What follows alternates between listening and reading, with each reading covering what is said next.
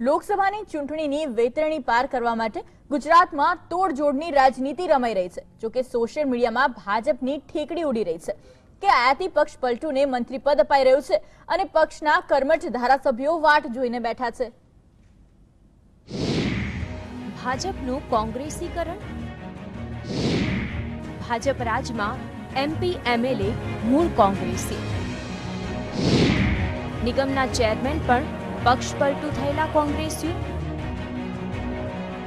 ભાજપ પક્ષની મૂળ વિચારધારા અને સિદ્ધાંતો જાણે ભૂલાઈ રહ્યા છે, કારણ કે રાજકીય સોદા પાર પાડી ભાજપે કોંગ્રેસના ધારાસભ્યોને કેસરીયો ખેસ પહેરાવવાની શરૂઆત કરી છે।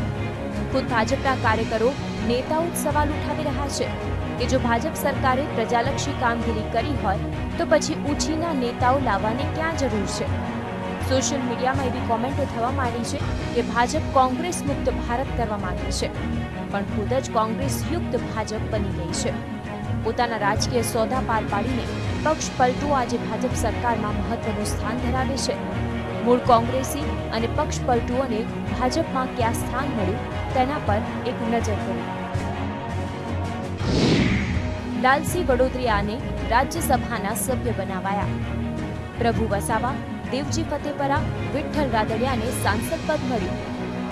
કુંવરજી બાવળિયાને કેબિનેટ પ્રધાન પદ, રાજેન્દ્ર ચાવડા, સી.કે. રાઉલજી, હકુબા જાડેજાને ધારાસભ્ય બનાવાયા।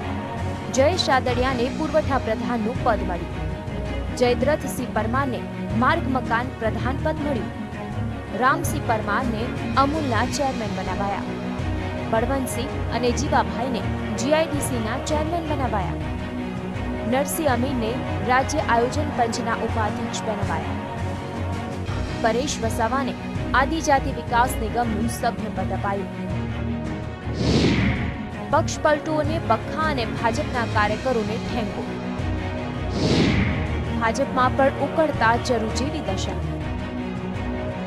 જે રીતે પક્ષ પલટો કરીને ભાજપમાં આવેલાઓને મહત્વના પદ અપાય છે તે જોતા ભાજપના કાર્યકરો, નેતાઓમાં ગણગણાટ છે કે પક્ષમાં તન, મન અને ધનથી કામ કરનારા કર્મઠ કાર્યકરોનો આજે કોઈ ભાવે પૂરતું નથી।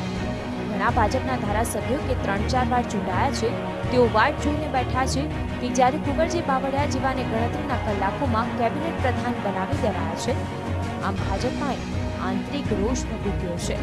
કોંગ્રેસ કરતા અત્યારે ભાજપમાં ઉકળતા ચરુ જેવી દશા છે। Bureau report, GSTV।